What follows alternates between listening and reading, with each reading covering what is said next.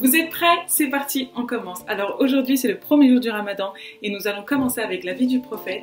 Nous allons commencer bien sûr de sa naissance. Ensuite, nous allons travailler un verset du Coran qui passe exactement 114 fois dans le Coran. On verra plus tard c'est lequel. Ensuite, nous allons travailler ensemble sur la vie de Rosa Parks. On va apprendre qui elle est, où est-ce qu'elle a vécu et quel était son combat. Nous terminerons avec la citation de Maurice Bucaille sur notre prophète. Et bien sûr, on n'oublie pas le quiz. Il y a très longtemps de cela, nous n'étions pas encore sur cette terre, mais cette terre était peuplée d'autres enfants, d'autres peuples, d'autres personnes. Les gens bons étaient très peu nombreux, le mal dominait partout. Mais Allah nous avait promis un guide, il nous avait promis un prophète. Ce prophète allait nous apporter le bonheur, la paix, la vérité. Et c'est alors qu'en 571, un lundi à la Mecque, un bébé ouvra les yeux à ce monde. N'oublie pas, Allah tient toujours ses promesses. La maman de ce bébé tant attendu s'appelait Amina. Elle était la femme de Abdullah. Mais Abdullah, malheureusement, était décédé 2 mois avant la naissance de son fils. C'est alors que ce magnifique bébé ouvra les yeux au monde sans son père. Mais son grand-père était le chef de la Mecque. Et il s'appelait Abdul Muttalib. C'était un homme très important pour tous les Mécois. C'est alors que beaucoup de Mécois se rendirent en vitesse chez Abdul Muttalib pour lui annoncer la bonne nouvelle. « Réjouis-toi, ô Abdul Muttalib, tu viens d'avoir un magnifique petit garçon !» C'est alors que Abdul Muttalib se renda chez sa belle-fille Amina. Il prit le petit dans ses bras et demanda à Amina comment elle avait décidé de l'appeler. Amina lui répondit « Son prénom sera Mohammed ». Lorsqu'elle était encore enceinte, Amina avait vu un rêve où on lui avait dit de donner son prénom à son fils. L'heureux grand-père dit alors « Prenez soin de lui, car le fils de mon fils sera un grand homme ». La Mecque était alors pleine de bonheur avec l'arrivée de ce nouveau petit garçon. Comme la Mecque était une ville où il faisait très très chaud, les nouveau-nés pouvaient facilement tomber malades. Alors il y avait une tradition et les Mécois confiaient leurs bébés à des nourrices qui vivaient en campagne, où le climat était plus doux et l'air plus pur. Un jour, des nourrices de la campagne de Bédia arrivaient à la Mecque. Elles recherchaient des familles prêtes à leur confier la garde de leurs nourrissons. Quasiment toutes les nourrices avaient trouvé un bébé de famille riche. Personne n'avait accepté de prendre en charge le petit Mohammed, car il était orphelin. Abdul Muttalib désespérait dans les rues de la Mecque, en cherchant une nourrice. N'oublie pas, quand Allah veut quelque chose, cela se produit toujours. Alors fais-lui confiance, ne désespère pas et demande-lui. C'est alors que Halima, son mari Haris et leur petit bébé venaient à peine d'arriver à la Mecque quand les autres nourrices rentraient à la campagne. L'âne de Halima était si lent qu'ils avaient pris beaucoup de retard. De plus, ils n'avaient pas mangé depuis des jours car leur chamelle n'avait plus de lait. Halima désespérait dans les rues de la Mecque d'un côté et Abdul Muttalib de l'autre. C'est alors qu'ils se rencontrèrent et Abdul Muttalib apprécia cette femme au caractère doux et simple. Lorsque Halima rencontra le petit Mohammed, elle n'avait plus de lait à lui donner car la fatigue du voyage l'avait épuisée.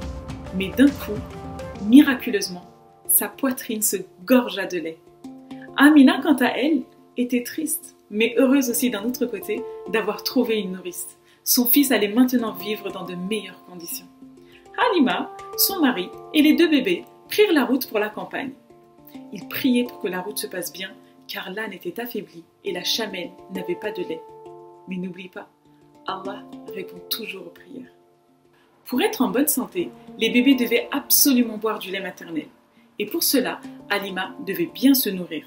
Mais en plein milieu du désert, seule leur chamelle pouvait leur donner un peu de lait. C'est alors que la vieille chamelle se mit soudainement à donner des quantités impressionnantes de lait. Haris, tout joyeux, dit à Halima « Ce bébé que tu as pris en charge doit être source de bienfaits. » C'est alors qu'ils reprirent la route vers la campagne. Halima et Haris avaient remarqué un autre changement. L'âne, qui était très lent lors du voyage à la Mecque, était comme métamorphosé, il ne le reconnaissait pas.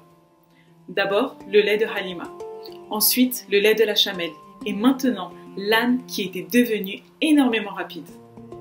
Ces changements, c'était bien sûr le résultat de la présence de Mohammed, le futur messager de Dieu. N'oublie pas, tout ce qui te vient, tout ce que tu as, ne vient que d'Allah. c'est lui qui donne. Alors adresse-lui tes invocations. Jusqu'à ce jour-là, cette maison, la maison d'Halima, n'avait pas connu un pareil bonheur. Alors que les animaux des autres foyers revenaient des pâturages d'estomac tout vides, ceux de Halima ne l'étaient pas du tout et donnaient beaucoup de lait. Les autres nourrices qui n'avaient pas voulu prendre Mohamed au départ étaient très surprises de voir les bêtes d'Halima, car même lorsque ces bêtes-là marchaient, du lait coulait de leurs mamelles. Halima était consciente que depuis qu'elle était rentrée de la Mecque avec ce petit, tout avait changé. Comme promis, Halima avait très bien élevé le petit Mohamed. Mais il était temps de rendre les bébés à leur maman. Halima était donc très malheureuse car elle s'était énormément attachée à ce petit. Ils se préparèrent en famille pour le voyage à la Mecque. Tous les habitants de Bélia étaient tristes de rendre Mohamed à sa maman car ils s'étaient tous attachés à ce petit garçon très gentil. Au fond, ils espéraient tous qu'un miracle se produise pour que Mohamed reste parmi eux. Arrivés à la Mecque, Amina et Abdul Muttalib étaient très joyeux de revoir Mohamed sallallahu alayhi wa sallam. Halima leur racontait que Mohamed était un enfant très particulier et qu'il avait un caractère et une personnalité exceptionnelle. Jamais Halima n'avait eu à éduquer un enfant aussi gentil et autant affectueux. Amina était très fière de son fils et ne voulait plus jamais le quitter. Mais malheureusement, à cette époque-là, il y avait une épidémie à la Mecque. Tout comme maintenant le coronavirus en France et dans le monde entier. Alors, Halima prit son courage à deux mains et demanda à Amina et Abdul Muttalib si elle pouvait encore garder Mohamed quelque temps. Ils craignaient tous que cette épidémie l'affecte. Alors, pour le bien-être de Mohamed, ils acceptèrent la proposition de Halima. Halima et Haris rentrèrent à la vallée avec Mohamed, où tout le monde s'écria « Quelle bonne nouvelle! Notre petit Mohamed est de retour !» N'oublie pas toi aussi, Allah donne toujours sans compter. Alors demande-lui.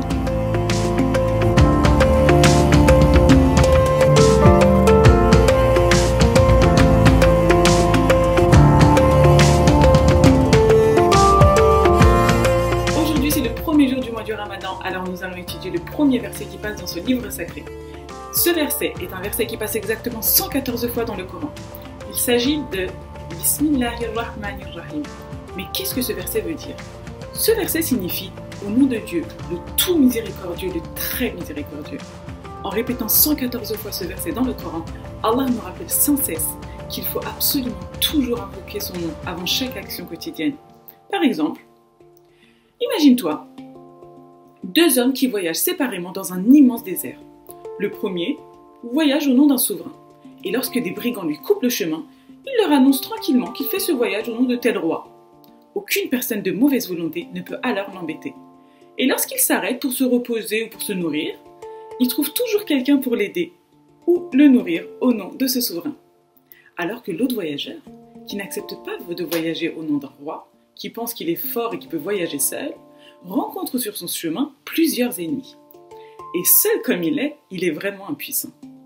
La formule Bismillahirrahmanirrahim est bien un trésor béni qui te lie grâce à ton impuissance et ta pauvreté infinie à une puissance et une miséricorde infinie. Moi, par exemple, je suis impuissante. Il suffit que je tombe malade pour que je me rende compte de mon impuissance. Mais lorsque je dis Bismillahirrahmanirrahim, je m'attache à une aide et à une puissance divine. On dit Bismillah pour qu'Allah soit toujours avec nous et qu'il nous récompense dans notre travail. Il faut tout faire pour Dieu et surtout pour gagner son amour. Car sans Dieu, nous ne sommes rien.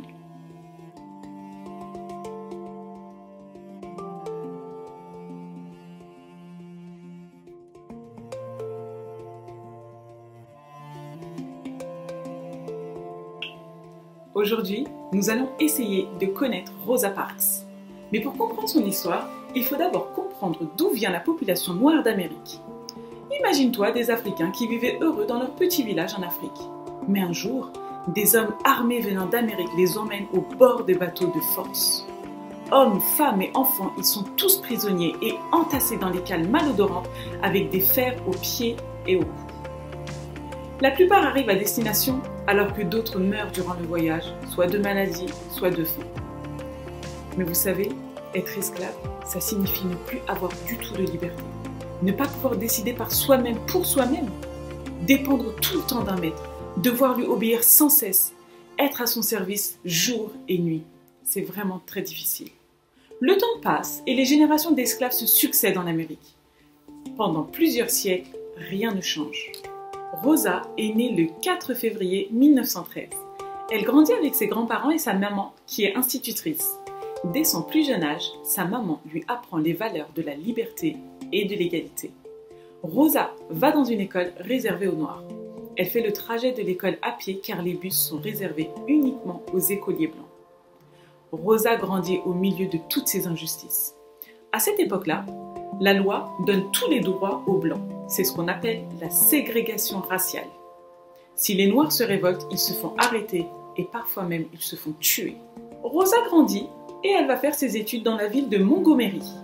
Elle y rencontre Raymond Parks, qui est un militant au sein d'une association qui lutte contre les droits des Noirs. Mais malheureusement, la grand-mère et la mère de Rosa tombent malades. Alors, elle arrête ses écoles pour aller s'occuper d'elle et pour les soigner.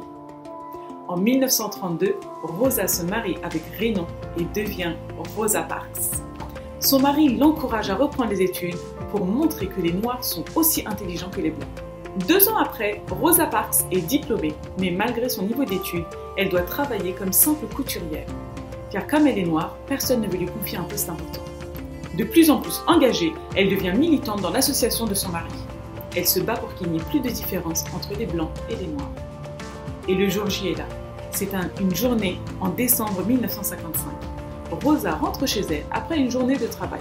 Elle monte dans le bus et s'assoit à une place libre, une de celles réservées aux gens de couleur. Au fur et à mesure que les arrêts se succèdent, le bus se remplit. Certains finissent par rester debout. Attention, ce sont des Blancs.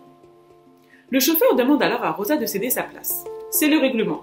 Un Noir doit donner sa place à un Blanc si nécessaire.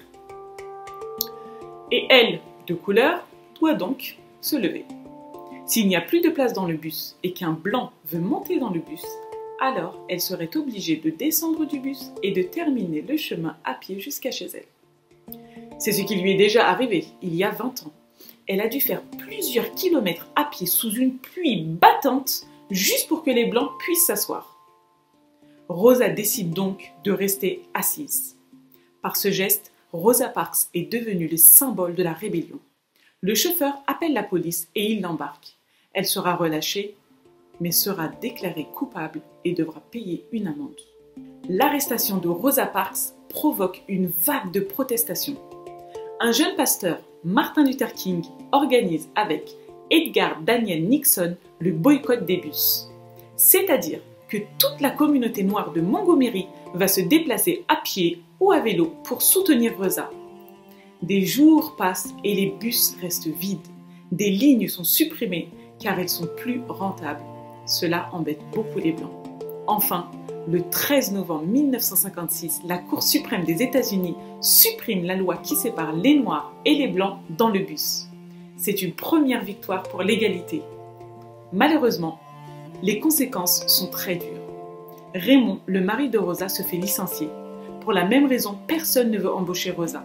Alors, il déménage dans le Nord. Rosa est toujours en première ligne dans toutes les manifestations. Rosa Parks continue de militer pour le droit des Noirs en faisant plusieurs conférences.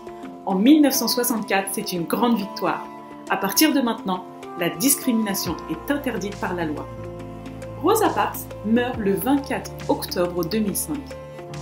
N'oubliez pas, même quand tout est perdu, il faut toujours croire en l'espoir, comme l'a fait Rosa Parks.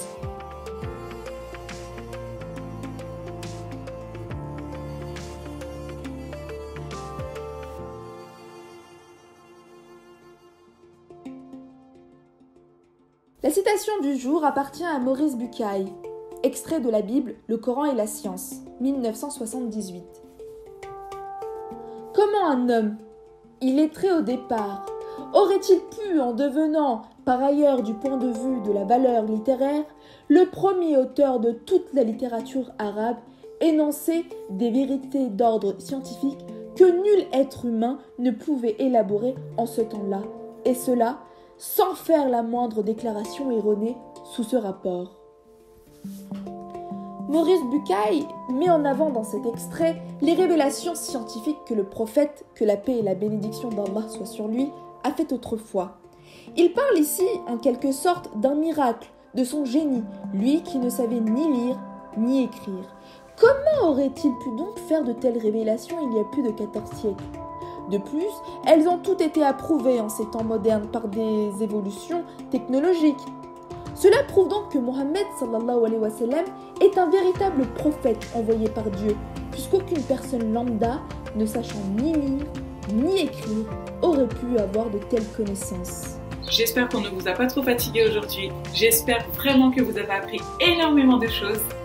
On n'oublie pas la question du jour. Alors, je vous laisse jusqu'à demain pour y réfléchir. La question est: quel est le prénom masculin le plus répandu dans le monde entier? À vous de jouer. À demain. Bonne soirée.